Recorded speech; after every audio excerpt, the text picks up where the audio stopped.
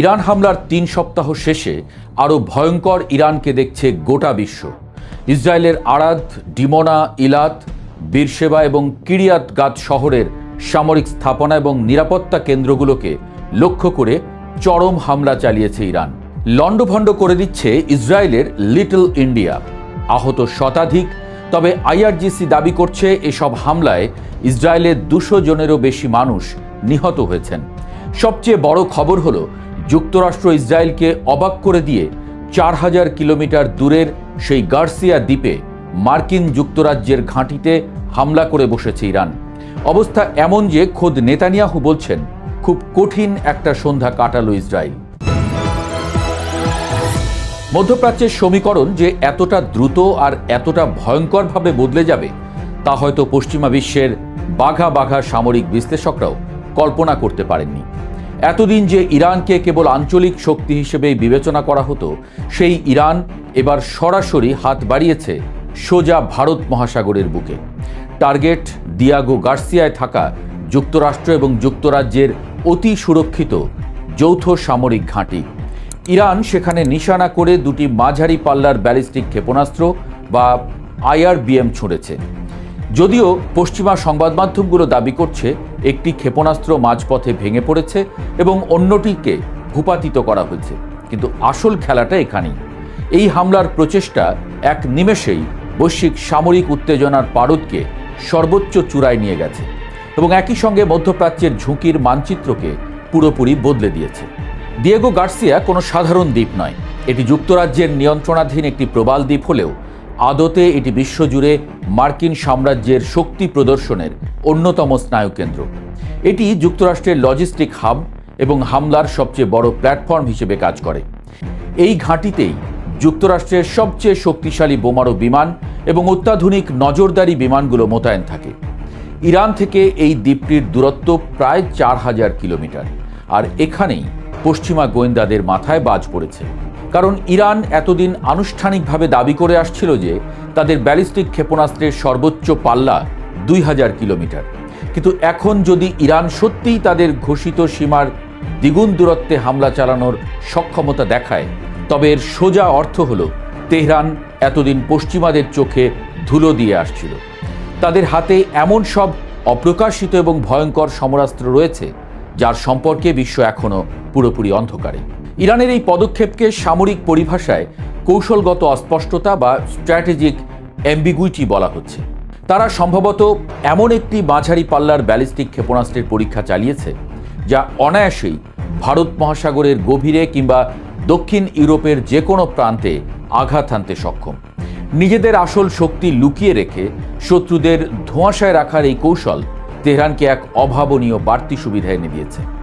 ইরানের আধা সামরিক বার্তা সংস্থা মেহের নিউজও এই হামলার প্রচেষ্টাকে একটি যুগান্তকারী পদক্ষেপ হিসেবে আখ্যায়িত করেছে। এর ফলে যুক্তরাষ্ট্র এবং যুক্তরাজ্যের সাজানো সামরিক পরিকল্পনা এখন চরম জটিলতার মুখে। উপসাগরীয় আরব দেশগুলো এবং ইসরায়েল এখন বাধ্য হচ্ছে তাদের নিজেদের ক্ষেপণাস্ত্র পরীক্ষা ব্যবস্থাকে নতুন করে মূল্যায়ন করতে, কারণ তাদের আকাশসীমা এখন আগের চেয়ে অনেক বেশি অরক্ষিত হয়ে পড়েছে। যুদ্ধটা আর কেবল লেবানন, গাজা বা সিরিয়া সীমান্তেই সীমাবদ্ধ নেই। ব্রাসেলস ভিত্তিক সামরিক ও রাজনৈতিক বিশ্লেষক এলিজা ম্যাগনিয়ারের মতে দিয়াগো গার্সিয়াকে নিশানা করার মধ্য দিয়ে ইরান প্রমাণ করেছে যে যুক্তরাষ্ট্র বা ইসরায়েল চাইলেই আর নিজেদের সুবিধামতো যুদ্ধ নিয়ন্ত্রণ করতে পারবে না। যুদ্ধক্ষেত্র এখন ভৌগোলিকভাবে বহুদূর পর্যন্ত বিস্তৃত হয়েছে। ইরান বুঝিয়ে দিয়েছে যে ভারত মহাসাগর অঞ্চলে থাকা যুক্তরাষ্ট্রের কোনো ঘাঁটি তাদের নাগালের বাইরে নয়। এর সরাসরি ফল হলো এখন যুক্তরাষ্ট্র এবং যুক্তরাজ্যকে বাধ্য হয়ে তাদের ক্ষেপণাস্ত্র প্রতিরক্ষা ব্যবস্থা মধ্যপ্রাচ্য থেকে সরিয়ে আরও দক্ষিণের দিকে মোতায়েন করতে হবে, যা তাদের জন্য এক বিশাল লজিস্টিক এবং কৌশলগত চ্যালেঞ্জ। এলিজা ম্যাগনিয়ার স্পষ্ট করেই বলেছেন, ইরান প্রথাগত যুদ্ধে পশ্চিমাদের সাথে লড়তে চাইছে না। তারা যুদ্ধের ব্যয়ের সমীকরণটাই পুরোপুরি বদলে দিচ্ছে। দূরে থাকা লক্ষ্যবস্তুকে হুমকির মুখে ফেলে ইরান এই বার্তাই দিচ্ছে যে সংঘাত চালিয়ে যাওয়ার অর্থ হল পশ্চিমাদের প্রতিনিয়ত নতুন এবং উচ্চতর ঝুঁকির মুখে পড়া। এই যুদ্ধের উত্তাপ শুধু রণক্ষেত্রেই নয়, আছড়ে পড়েছে বিশ্ব অর্থনীতিতেও। সবচেয়ে ভয়ঙ্কর বিপর্যয়ের মুখে পড়েছে বৈশ্বিক এভিয়েশন বা বিমান শিল্প। মধ্যপ্রাচ্যে ইরান এবং যুক্তরাষ্ট্র ইসরায়েল সংঘাত চরম আকার ধারণ করার পর মাত্র কয়েক সপ্তাহের ব্যবধানে বিশ্বের শীর্ষ 20টি তালিকাভুক্ত বিমান সংস্থার বাজার মূল্য থেকে প্রায় $53 বিলিয়ন বা $5,300 কোটি হাওয়া হয়ে গেছে। দ্য ফিনান্সিয়াল টাইমসের এক প্রতিবেদনে এই ভয়াবহ চিত্র উঠে এসেছে। পারস্য উপসাগরীয় অঞ্চলের আকাশসীমা এখন চরম ঝুঁকিপূর্ণ। নিরাপত্তার অভাবে প্রধান বিমানবন্দরগুলোতে ফ্লাইট চলাচল মারাত্মকভাবে বিঘ্নিত হচ্ছে। রুট পরিবর্তন করতে গিয়ে জ্বালানি খরচ বাড়ছে আকাশচুম্বী, যার পুরো মাসুল গুনছে বৈশ্বিক অর্থনীতি।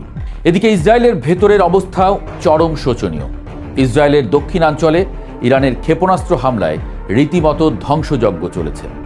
দেশটির ছোট শহর আরাদে ইরানি ক্ষেপণাস্ত্র সরাসরি আঘাত হানে এবং সবচেয়ে আশ্চর্যের বিষয় হল ইসরায়েলের বহু চর্চিত আকাশ প্রতিরক্ষা ব্যবস্থা আয়রন ডোম বা ডেভিড স্লিং এটি প্রতিহত করতে সম্পূর্ণ ব্যর্থ হয়েছে।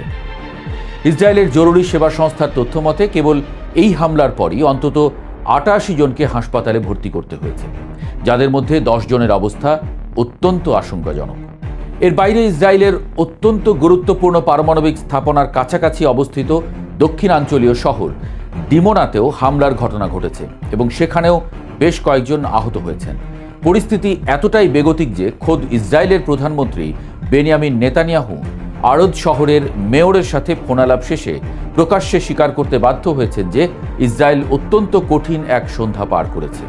ইরানের এই অভাবনীয় ক্ষেপণাস্ত্র সক্ষমতা দেখে যুক্তরাষ্ট্র এখন চরম বিভ্রান্ত এবং বিস্মিত।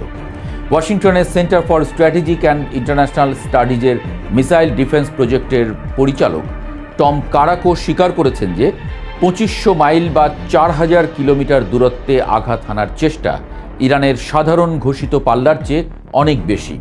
পশ্চিমা সামরিক কর্মকর্তারা মনে করছেন ইরান সুকৌশলে যুক্তরাষ্ট্রকে বাধ্য করতে চাইছে যেন তারা শুধু মধ্যপ্রাচ্যেই আটকে না থেকে আরও বৃহত্তর অঞ্চলে তাদের সামরিক মনোযোগ এবং অর্থ ব্যয় করে। মার্কিন বিশ্লেষক টম কটন আশঙ্কা প্রকাশ করে বলেছেন, ইরান যেভাবে দ্রুত প্রযুক্তির সমন্বয় ঘটাচ্ছে তাতে হয়তো আগামী 6 মাসের মধ্যে তারা আরও বিধ্বংসী আন্তঃমহাদেশীয় ক্ষেপণাস্ত্র বানিয়ে ফেলতে পারে। জন র্যাডক্লিফের মতো বিশ্লেষকরা তো সরাসরি সতর্ক করে দিয়েছেন যে এখনই ইরানকে থামাতে না পারলে ভবিষ্যতে তারা খোদ মার্কিন মূল ভূখণ্ডের জন্যই সরাসরি হুমকি হয়ে দাঁড়াবে। পরিস্থিতি যখন এই পর্যায়ে, তখন সংঘাতের আগুনে ঘি ঢেলেছেন মার্কিন প্রেসিডেন্ট ডোনাল্ড ট্রাম্প।